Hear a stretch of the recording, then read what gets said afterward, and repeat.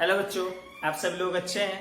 चलिए ठीक है, आज हम लोग कक्षा 10 की रसायन विज्ञान में चैप्टर नंबर 1 रासायनिक अपक्रिया और रासायनिक समीकरण से आज टॉपिक पढ़ेंगे ऑक्सीकरण और अपचयन। क्या पढ़ेंगे? ऑक्सीकरण और अपचयन। चलिए ठीक है, स्टार्ट करते हैं टाइम को बिना वेस्ट किए हुए। सबसे पहले देख लेते हैं हम लोग ऑक्सीकरण को। ऑक्सीकरण को हम लोग दूसरे शब्दों में उपचयन के नाम से भी जानते हैं। किस नाम से? उपचयन के नाम से भी जानते हैं। हालांकि इसका जो अंग्रेजी है, अंग्रेजी में एक ही नाम होता है इसका, ऑक्सीडेशन। ऑक्सीडेशन मीन्स ऑक्सीकरण भी हो जाएगा और ऑक्सीडेशन मीन्स उपचयन भी हो जाएगा। ठीक है, चलिए इसको पहले हम पढ़ लेते हैं।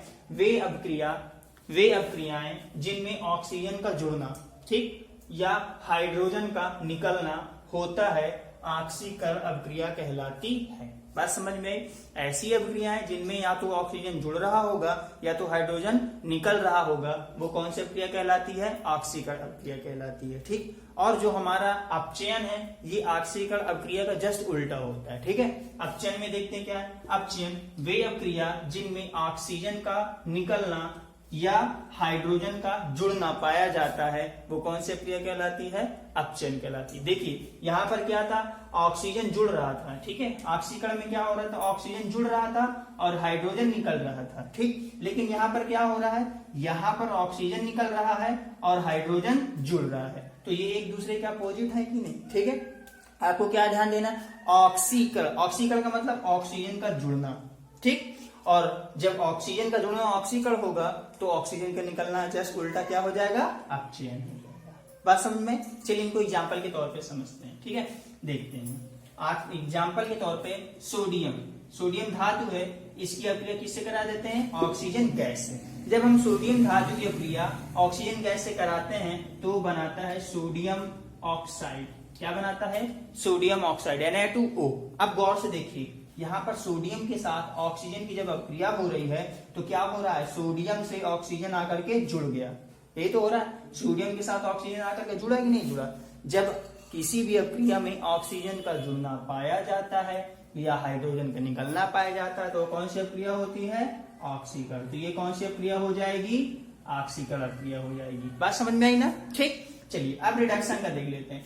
रिडक्शन में क्या हो रहा है, सल्फर के साथ हमने हाइड्रोजन गैस की अपक्रिया करा दी। ठीक, इसके साथ सल्फर के साथ जब हम हाइड्रोजन गैस की अपक्रिया करा रहे हैं तो ये बनाता है H2S। क्या बनाता है? Hydrogen sulphide. ठीक है, अब गौर से देखो, यहाँ पर सल्फर के साथ जब हाइड्रोजन की अपक्रिया हो रही है तो हो क्या रहा है, सल्फर में हाइड्रोजन आकर के जुड़ गया कि नहीं जुड़ गया? जुड़ा। अब गौर से देखो, हाइड्रोजन का जुड़ना या ऑक्सीजन का जब निकलना होता है तो वो कौन सी अपक्रिया होती है? रिडक्शन। तो यहाँ पर हाइड्रोजन आकर के जुड़ गया कि नहीं जुड़ गया? इसका मतलब यहाँ पर कौन सी अपक्रिया हो रही है? रिडक्शन, मतलब अपचयन अपक्रिया हो रही है। बात समझ में आई? ठीक, ये तो बात हो गई हमारी ऑक्सीकरण की और अपचयन की। लेकिन एक अपक्रिया और होती, वो अपक्रिया होती है रेडॉक्स अपक्रिया। कौन सी अपक्रिया? रेडॉक्स अपक्रिया। मैं उसको भी राइट करता हूँ। ठीक है, ऑक्सीकरण और अपचयन समझ में आ गया ना भैया? ठीक है, चलिए अब हम लोग देखते हैं रेडॉक्स अपक्रिया। चलिए अब हम लोग रेडॉक्स अपक्रिया पढ़ते हैं। कौन सी अपक्रिया पढ़ेंगे? रेडॉक्स अपक्रिया। ठीक है, रेडॉक्स अपक्रिया। ठीक, रेडॉक्स अपक्रिया भैया वे अपक्रिया होती है जिनमें ऑक्सीकरण और अपचयन दोनों एक साथ भाग लेते हैं। मतलब ऐसी रासायनिक अपक्रिया होगी जहां पर ऑक्सीकरण और अपचयन दोनों एक साथ भाग लेंगे। ठीक है, और आपको शायद ये पता होना चाहिए कि कोई भी रासायनिक अपक्रिया होती है, कोई भी रासायनिक अपक्रिया है तो वहां पर ऑक्सीकरण और अपचयन दोनों पार्टिसिपेट करते हैं। मतलब कोई भी रासायनिक अपक्रिया रेडॉक्स अपक्रिया कहलाती है। ठीक, चलिए एक एग्जाम्पल देखते हैं। जिंक ऑक्साइड ले लेते हैं। ठीक, जिंक ऑक्साइड की अपक्रिया किससे करा देते हैं? कार्बन से। किससे कराते हैं? कार्बन, कोयला।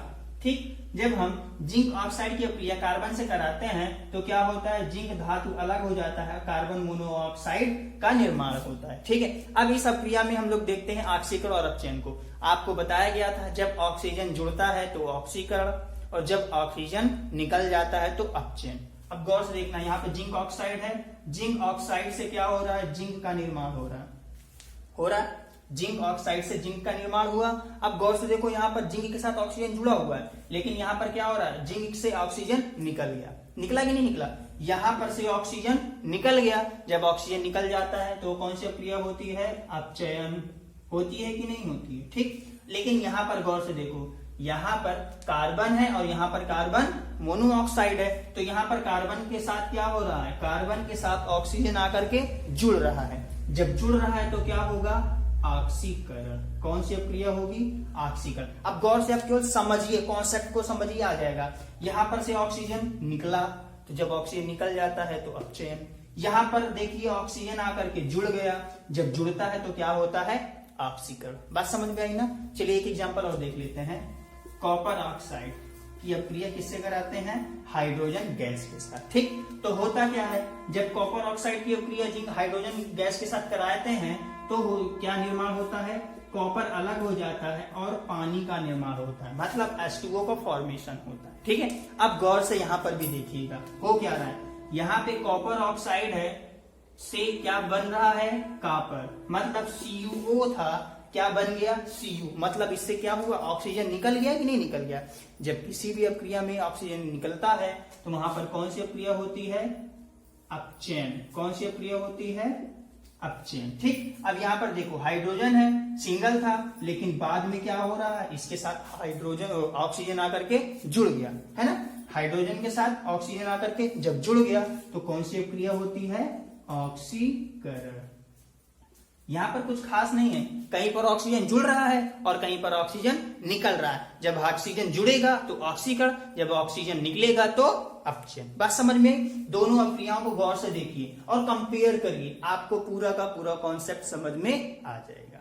ठीक, ये तो बात हो गई हमारी रेडॉक्स अपक्रिया की। लेकिन आजकल मतलब मॉडर्न, जो हमारा मॉडर्न कॉन्सेप्ट है ऑक्सीडेशन और रिडक्शन के लिए, मतलब ऑक्सीकरण और अपचयन की जो हमारी आधुनिक परिभाषा है वो कुछ अलग है। क्या है आधुनिक परिभाषा, देखते हैं। ऑक्सीकरण में जो हमारी ऑक्सीकरण अपक्रिया होती है उसमें क्या होता है, इलेक्ट्रॉनों त्याग जाते हैं। ठीक है, ऑक्सीकरण में क्या होता है, इलेक्ट्रॉन क्या होते हैं, मुक्त होते हैं।